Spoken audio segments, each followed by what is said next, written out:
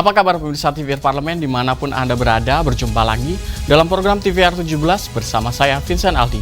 Dan tepat pukul 17 waktu Indonesia Barat kami hadirkan kepada Anda sejumlah informasi paling baru dan menarik seputar kinerja dan kegiatan DPR RI yang telah disajikan oleh redaksi TVR Parlemen. Dan pemirsa TVR Parlemen, inilah TVR 17 selengkapnya.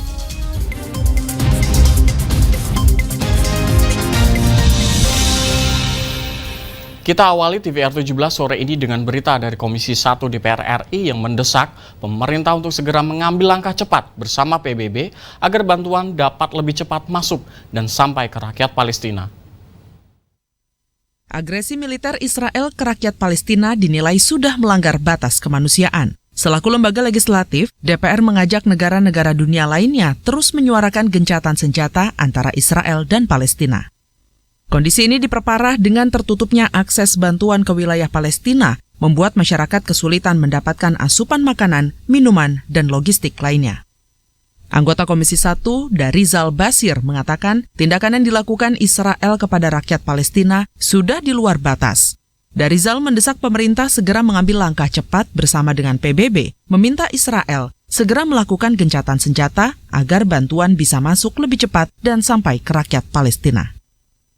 Kemudian saya selaku anggota DPR RI dari Komisi 1 mendesak pemerintah untuk melakukan langkah-langkah strategis. Di antaranya langkah jangka pendek segera lakukan solidaritas kemanusiaan untuk memberikan dukungan bantuan makanan. Dan secara jangka panjang Indonesia tetap memperjuangkan kemerdekaan Palestina bersama-sama negara-negara lain. Dan kemudian saya juga berharap kepada solusi PBB untuk segera membuka jalur komunikasi agar negara-negara yang memberikan solidaritas kepada bangsa Palestina dapat masuk memberikan bantuan makanan, bantuan pakaian, dan bantuan kesehatan, dan lain-lainnya. Hingga hari ke-25, Israel terus melakukan gempuran ke Palestina, menelan korban sebanyak 8.525 orang tewas. 3.500 diantaranya anak-anak. Andri, TVR Parlemen, melaporkan. Kita beralih ke berita mengenai pimpinan Panitia Khusus Rancangan Undang-Undang Kelautan yang baru saja ditetapkan oleh Wakil Ketua DPR RI Ludwig Fredrik Paulus dan Pansus RUU Kelautan dibentuk untuk merevisi Undang-Undang Nomor 32 Tahun 2014 terkait keamanan laut. Wakil Ketua DPR RI Ludwig Fredrik Paulus menetapkan Utut Adianto sebagai pimpinan Panitia Khusus Rancangan Undang-Undang Kelautan. Dengan pertimbangan, pembahasan terkait urgensi keamanan laut Indonesia berkaitan dengan tugas dan fungsi Komisi 1 bermitra dengan Badan Keamanan Laut. Ludwig Fredrik Paulus menyampaikan urgensi pembentukan Pansus Rancangan Undang-Undang Kelautan ini akibat dari maraknya kejahatan di Laut Indonesia seperti penangkapan ikan ilegal. Namun irisan kewenangan antar lembaga menyebabkan Coast Guard Indonesia tidak memiliki kewenangan penuh untuk menindak para pelaku kejahatan tersebut. Undang-undang ini memang Undang-Undang 32 tentang kelautan ya, tahun 2014 memang perlu direvisi. Ya ada satu tuntutan di lapangan ya, di mana sudah ada sebenarnya keinginan pemerintah untuk membentuk katakan Coast Guard Indonesia. Nah kita punya Bakamla ya, dan mudah-mudahan kalau ini memang sudah terbentuk dan pada gilirannya kita punya Indonesian Coast Guard ya, Coast Guard Indonesia ya, bisa bertindak dan katakan melakukan tugas dan fungsinya sebagai penegakan hukum di laut. Kewenangan inilah yang tentunya akan diperjuangkan oleh Pansus ini, dibentuk oleh Pansus supaya mereka bisa menjadi penegak hukum. Saat ini rancangan undang-undang tentang perubahan Undang-Undang Nomor 32 Tahun 2014 tentang kelautan telah masuk dalam RUU Prolegnas Prioritas tahun 2023 dan akan segera dibahas di DPR. Rodiah dan Rangga, TVR Parlemen, melaporkan. Berita selanjutnya mengenai Komisi 5 DPR RI yang menilai pemerintah perlu mengkaji kembali mengenai sanksi tilang bagi kendaraan tilang yang tidak lolos uji emisi karena dinilai membebani masyarakat. Pemerintah Provinsi DKI Jakarta bersama Polda Metro Jaya kembali melaksanakan razia uji emisi bagi kendaraan bermotor. Razia tersebut diikuti dengan adanya sanksi tilang bagi kendaraan yang tidak lulus uji emisi. Menanggapi kebijakan tersebut, Wakil Ketua Komisi 5 DPR RI Robert Rowe menyampaikan, pemerintah perlu mengkaji kembali sanksi tilang bagi kendaraan yang tidak lolos uji emisi agar tidak membebani masyarakat. Kalau masyarakat ini diberikan solusi-solusi yang baik oleh pemerintah, karena pemerintah lah yang memegang regulasi semua itu, ya kan? Bagaimana pengawasan, ya kan? Nah, jangan sampai sudah terjadi baru masyarakat yang mendapat beban, diberikan ini kamu karena pakai ini kamu kena sanksi. Loh, saya harus bagaimana masyarakat itu, ya kan? Maka ini juga menjadi, saya bilang minta kepada pemerintah jangan ujuk-ujuk, ya kan? Berikan juga toleransi kepada masyarakat, ya kan, untuk disosialisasi ini, berikanlah juga kesempatan untuk itu gitu, ya kan. Kalau sudah diberi peringatan sekali 2 kali untuk ini, apa masalahnya atas kendaraannya, maka harus ada solusi, ya kan. Yang pemerintah yang harus memberikan pelayanan itu kepada masyarakat, ya kan. Kalau itu sudah dilakukan masih juga itu baru silakan kenakan sanksi. Saat ini Indonesia terus berupaya mengurangi polusi udara dengan berbagai cara. Robert Rowe berharap pemerintah harus fokus pada penanganan jangka menengah dan jangka panjang untuk menekan polusi udara yang masih terjadi. Aditya dan Yoga, TVR Parlemen melaporkan. Selasa 31 Oktober yang lalu, Ketua DPR RI Dr. Honoris Causa Puan Maharani membuka masa persidangan 2 tahun sidang 2023-2024 sekaligus menyampaikan mengenai beberapa hal, antara lain yaitu pengawalan DPR RI terhadap pemilu dan komitmen DPR RI dalam mendukung kemerdekaan Palestina. Informasinya akan kami hadirkan sesaat lagi pemirsa, untuk itu tetaplah di TVR 17.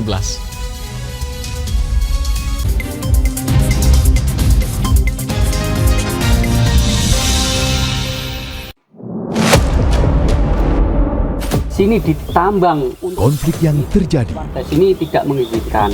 masalah yang tersisihkan menjadi kesenjangan sosial.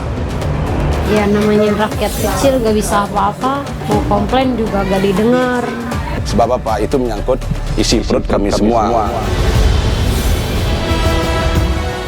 Bagaimana memutus keterbatasan untuk didengar? Jadi kalau misalnya masyarakat sudah merasa tidak lagi ada yang memperjuangkan aspirasinya, maka masyarakat memang sangat berhak untuk meminta dewan yang mewakili mereka di parlemen. Kami menyusuri batas-batas peristiwa, mengurai berbagai polemik yang terjadi, meluruhkan suara-suara marginal, menjadi nyata dalam setiap aspirasi, melaksanakan tugasnya sebagai wakil rakyat. Saksikan Aksi Dewan setiap hari Senin dan Rabu pukul 10.30 waktu Indonesia Barat, hanya di TVR Parlemen.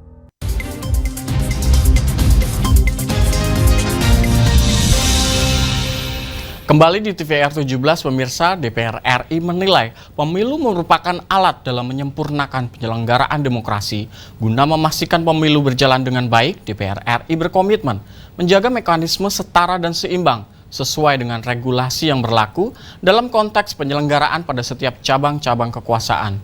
Selain itu pemirsa, DPR RI juga berkomitmen dalam mendukung kemerdekaan Palestina serta terus mendorong pemerintah segera mengambil langkah diplomasi untuk memberikan keadilan bagi Palestina.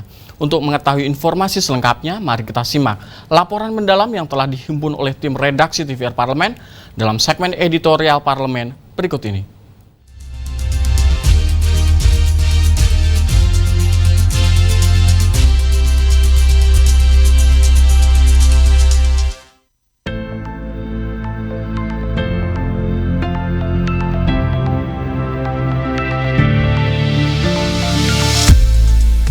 Dewan Perwakilan Rakyat Republik Indonesia telah menggelar rapat paripurna pembukaan masa persidangan 2 tahun sidang 2023-2024. Pada pembukaan masa sidang, Ketua DPR RI Dr. Honoris Causa Puan Maharani menekankan pentingnya pelaksanaan pemilu sebagai amanat konstitusi. Sebagaimana kualitas pelaksanaan pemilu akan menentukan kualitas demokrasi. Melalui pemilu, rakyat dapat menilai, mengevaluasi, maupun memperbaharui mandat pemerintahan Indonesia. Diperlukan pelaksanaan pemilu yang berkualitas, dibutuhkan partai politik, peserta pemilu yang semakin maju, dalam mengartikulasikan kepentingan rakyat dan senantiasa memegang teguh komitmennya untuk menjaga dan mengawal ideologi bangsa dan memperkokoh persatuan bangsa. Menjaga mandat pemilu artinya menjaga mandat demokrasi. Dalam interupsinya di rapat paripurna, anggota Badan Legislasi Masinton Pasaribu mengkritisi keputusan Mahkamah Konstitusi terkait calon presiden dan wakil presiden.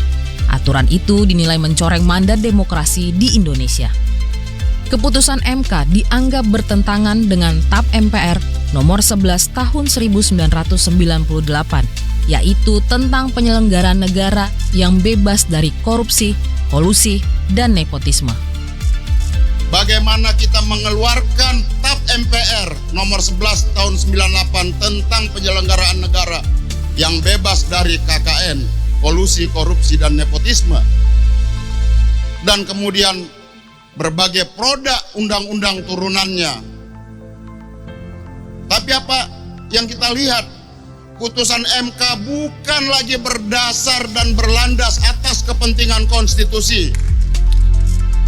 Tak hanya itu, suara pembelaan terhadap Palestina turut digaungkan Ketua DPR RI pada sidang ini. Bahkan sejumlah anggota Dewan mengenakan syal Palestina sebagai bentuk solidaritas. Bagaimana tidak, lebih dari 8.000 warga Palestina menjadi korban keganasan perang antara Israel dengan kelompok militan Hamas, di mana 66% dari korban itu merupakan perempuan dan anak-anak. Berkaitan dengan aksi teror Israel itu, DPR RI mendorong pemerintah mengambil langkah diplomasi untuk mendukung penyelesaian yang adil bagi Palestina. Di sisi lain, Badan Kerjasama Antar Parlemen DPR RI telah mengupayakan penyelesaian konflik peperangan Israel-Palestina dalam berbagai forum internasional, termasuk dalam Forum Interparliamentary Meeting ke-12 di Prancis, serta Interparliamentary Union ke-147 di Angola. Lebih lanjut, anggota Badan Legislasi Ledia Hanifah menyarankan adanya rekomendasi dari Kementerian Luar Negeri Indonesia untuk memastikan penyaluran bantuan sampai ke Palestina. Kami mengingatkan rakyat Indonesia, kita punya hutang sejarah terhadap Palestina ketika negara Belanda pada saat itu masih ingin menjajah kembali Indonesia. Justru Palestina dan sejumlah negara-negara di Asia Afrika memberikan pernyataan pengakuan atas kemerdekaan Indonesia. Satu-satunya negara peserta konferensi Asia Afrika 1955 yang belum merdeka sampai sekarang adalah Palestina. Karenanya kita berdasarkan konstitusi mendorong agar Palestina bisa mendapatkan kemerdekaannya. Kita menyarankan agar ada rekomendasi dari Kementerian Luar Negeri supaya semua bisa sampai kepada mereka. Dan kita tahu sesungguhnya bantuan-bantuan kita tuh sudah luar biasa, termasuk pendirian rumah sakit Indonesia di sana. Cuma masalahnya adalah yang dijadikan sasaran adalah rumah sakit itu sendiri, dan ini menjadi bagian yang sangat mengenaskan ya bagi kita para dokter. Dokter di rumah sakit Indonesia justru keluarganya yang menjadi korban, dan ini jadi hal yang sangat menyedihkan. Pada masa persidangan ini, DPR juga akan melakukan pertemuan bilateral dengan sejumlah negara, di antaranya Korea Selatan, Afrika Selatan, Polandia, dan Uni Eropa. Upaya itu merupakan bagian dari tugas diplomasi antar parlemen yang bertujuan untuk memperkuat posisi politik luar negeri Indonesia. Tim Liputan TVR Parlemen melaporkan.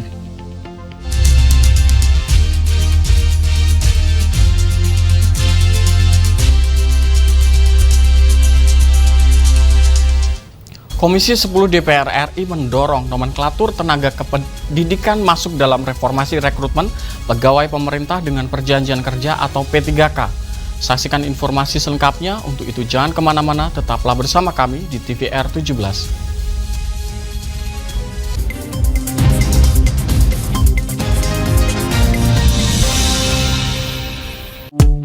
DPR RI memiliki fungsi diplomasi dalam menjalankan politik luar negeri sesuai dengan pasal 116 Undang-Undang MD3. Kontribusi aktif BKSAP DPR RI memainkan peranan penting dalam memenangkan persaingan global melalui IPU, IPA, IPPF, IPA, dan PUIK.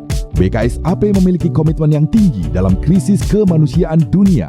Fungsi diplomasi dijalankan untuk mendukung upaya pemerintah dalam melaksanakan politik luar negeri.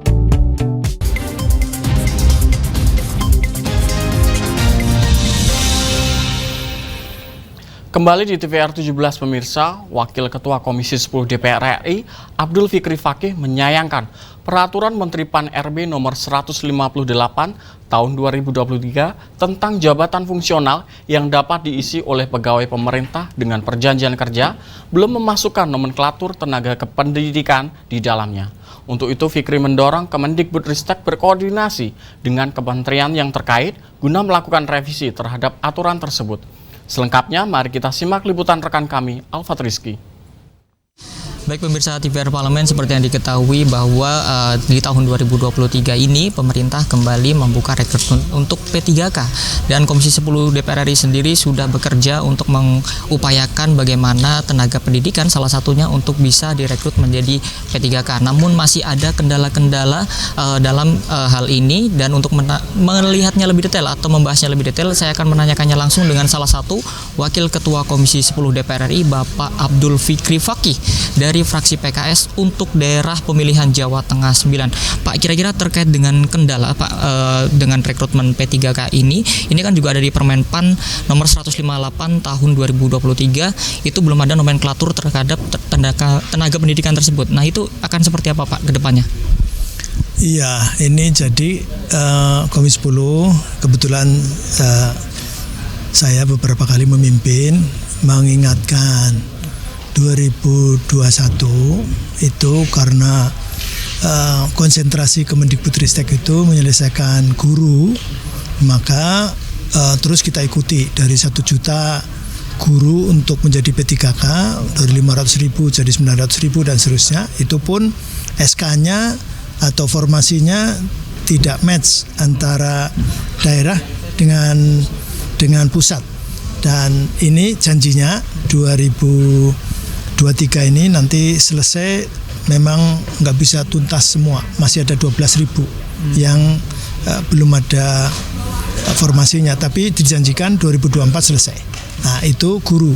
Tetapi dirjennya saja namanya guru dan tenaga kependidikan. Tetapi faktanya 2021 konon katanya mau didata. Ya tahu datanya ada informasi seperti apa. 2022 mestinya mereka janji Dirjen GTK pada waktu itu mau ada rekrutmen. Nah, tapi faktanya sampai sekarang masih belum ada. Usut punya usut, salah satunya adalah regulasi tentang formasi. Regulasi tentang formasi yang tadi disebut Permen Pan-RB 158 tahun 2023 itu sudah ada, misalnya operator. Itu operator Dukcapil, operator sekolah yang menginput data tentang guru, sarana prasarana, kemudian apakah sekolah ini dapat berapa bosnya dan seterusnya, itu tidak ada. Apalagi tenaga kependidikan lain seperti penjaga sekolah, laboran, pustakawan dan seterusnya, itu sampai sekarang masih belum ada kejelasan. Kami Komisi 10 tentu mendesaknya kepada mitra kami Kemendikbudristek untuk berkoordinasi intensif dengan Kemenpan RB dan kementerian lain yang terkait supaya nomenklatur itu ada dulu. Jadi kalau nomenklaturnya tidak ada, bagaimana kemudian kita mau mengusahakan kalau operator misalnya, operator sekolah bukan operator Dukcapil, itu ada dulu. Nah, baru kemudian nanti yang lain apakah penjaga sekolah atau mungkin juga laboran atau mungkin juga pustakawan dan sebagainya, mestinya ada jaminan sehingga 2023 ini mungkin penyusunan regulasinya, dan 2024 mestinya mereka harus sudah direkrut lah. Baik Pak. Dari Komisi 10 DPR RI sendiri Pak, ini ke depan komitmennya untuk bisa menyelesaikan terkait dengan permasalahan ini, apakah di 2024 sudah ditargetkan bahwa ini akan selesai semua Pak? Mudah-mudahan kita terus mendorong ya, dan tadi sudah ada hasilnya guru ya, dan pekerjaan selanjutnya ya tenaga kependidikan, karena nggak bisa guru kan nggak bisa buka pintu sendiri, membersihkan ruangan sendiri dan seterusnya. Harus ada perangkat-perangkat lain. Apalagi kalau SMP, SMA harus ada laporan, harus ada pustakawan. Kita sedang darurat literasi dan tenaga. Ternyata salah satunya adalah karena rasio pustakawan terhadap ini buku dan yang harus dilayani itu jauh sekali dari ideal. Jadi kita sangat butuh pustakawan. Jangan sampai anak-anak bangsa ini yang tertarik dengan perpustakaan, lantas mereka tidak tertarik menjadi pustakawan gara-gara nggak ada formasi. Ya. Pak, terakhir Pak, berarti dari Komisi 10 mendorong adanya tenaga pendidikan ini bisa direkrut menjadi P3K ya Pak? Betul, saya kira ASN kalau mampu bukan P3K, kalau mampu PNS kenapa tidak? Jadi sekarang memang pemerintah masih hanya P3K, tapi undang-undangnya kan tentang aparatur sistem sipil negara. Jadi kalau aparatur sipil negara ya PNS dan P3K. Terima kasih Pak Abdul Fikri Fakih atas waktunya. Dan pemirsa, itulah wawancara saya dengan salah satu wakil ketua Komisi 10 DPR RI, Bapak Abdul Fikri Fakih, di mana tadi Bapak Abdul Fikri menyampaikan komitmennya terus mengawal dari adanya rekrutmen tenaga kependidikan dan juga guru untuk bisa menjadi ASN ke depannya. Terima kasih pemirsa atas perhatian Anda. Saya Alfat Rizky melaporkan untuk TVR Parlemen. Selanjutnya pemirsa, apa saja yang menjadi topik perbincangan di media online pada hari ini? Usai jeda, tetaplah di TVR 17.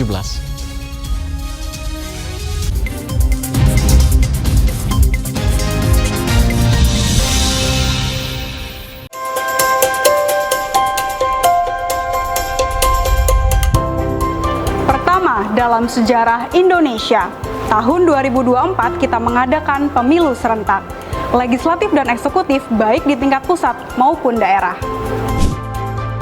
Catat waktunya, Rabu 14 Februari 2024. Untuk pemilihan legislatif, Anda akan memilih anggota DPD, anggota DPR, anggota DPRD Provinsi, dan anggota DPRD Kabupaten atau Kota. Selain pemilu legislatif, Anda juga akan memilih presiden dan wakil presiden loh pemirsa.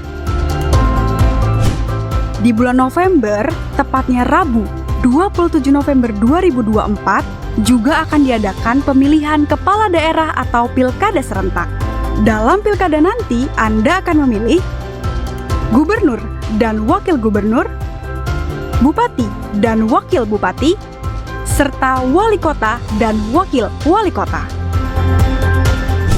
Nah, pemirsa sudah tahu kan waktunya? Kini saatnya Anda untuk mempersiapkan diri. Kenali calon-calon wakil rakyat dan pemimpin Anda dengan baik.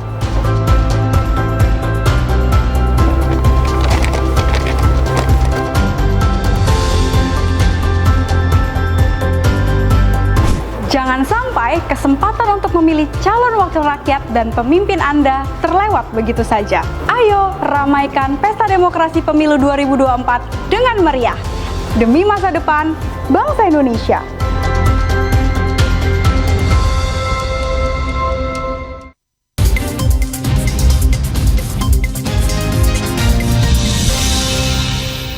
Kembali di TVR 17, pemirsa TVR Parlemen, kali ini kita masuk ke segmen media nasional. Mari kita simak isu apa saja yang menjadi sorotan media, serta tanggapan dari sejumlah anggota Dewan bersama rekan kami, Anggun Oktarini.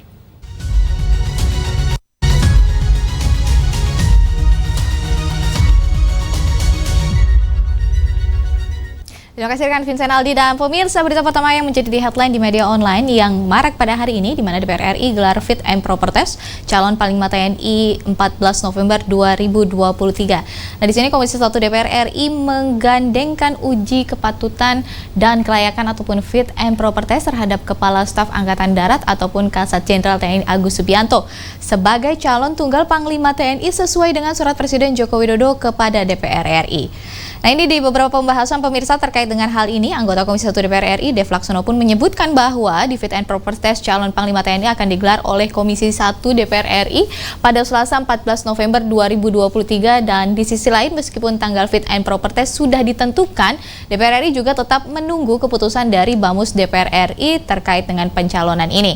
Dan ada lagi komentar dari Ketua Komisi 1 DPR RI Mutia Hafid menepis bahwa kekhawatiran publik terkait dengan dugaan ketidak netralan Jenderal TNI Agus Subianto sebagai calon tunggal Panglima TNI ini apabila nantinya terpilih dalam mengawal pemilu 2024 sebab memiliki latar belakang bertugas sebagai Komandan Kodim Surakarta pada saat Presiden Republik Indonesia saat Presiden Republik Indonesia Jokowi menjadi wali kota Surakarta.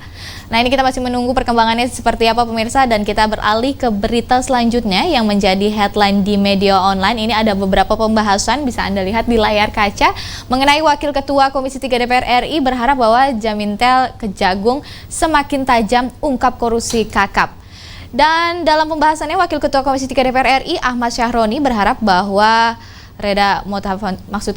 berharap bahwa yang baru saja dilantik yaitu Reda Mantovani Dini sebagai Jaksa Agung Muda bidang intelijen ataupun Jamintel semakin memiliki penciuman tajam sebagai penegak hukum dan dapat mengungkapkan kasus-kasus korupsi kelas kakap.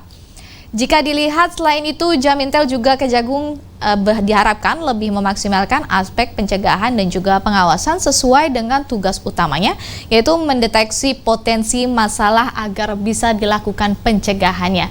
Sebagaimana diketahui pemirsa bahwa saat ini banyak sekali proyek-proyek strategis nasional yang sedang berjalan yang perlu diamankan dari potensi celah-celah korupsi, dan Syahroni pun menilai bahwa di sini Reda Mantovani di sini sebagai sosok yang tegas, jeli dan profesional. Hal ini dibuktikan pemirsa melalui kinerja baik yang ia berikan selama menjabat sebagai Kejati di Jakarta sebelumnya dengan mengungkap berbagai kasus sulit di ibu kota. Nah pemirsa, itu tadi headline di media online pada hari ini terkait di mana DPR RI gelar fit and proper test calon Panglima TNI 14 November 2023 serta Wakil Ketua Komisi 3 DPR RI berharap bahwa Jamintel Kejagung semakin tajam ungkap korupsi kakap. Saya Anggun Oktarini kembali ke rekan Vincent.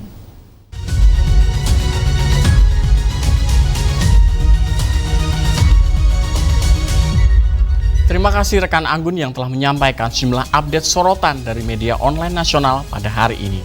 Segmen media nasional pada hari ini sekaligus menutup program TVR 17 edisi sore hari ini. Saya Vincent Aldi beserta seluruh kru TVR Parlemen yang bertugas mengucapkan terima kasih dan pamit undur diri dari hadapan Anda. TVR Parlemen, referensi Indonesia.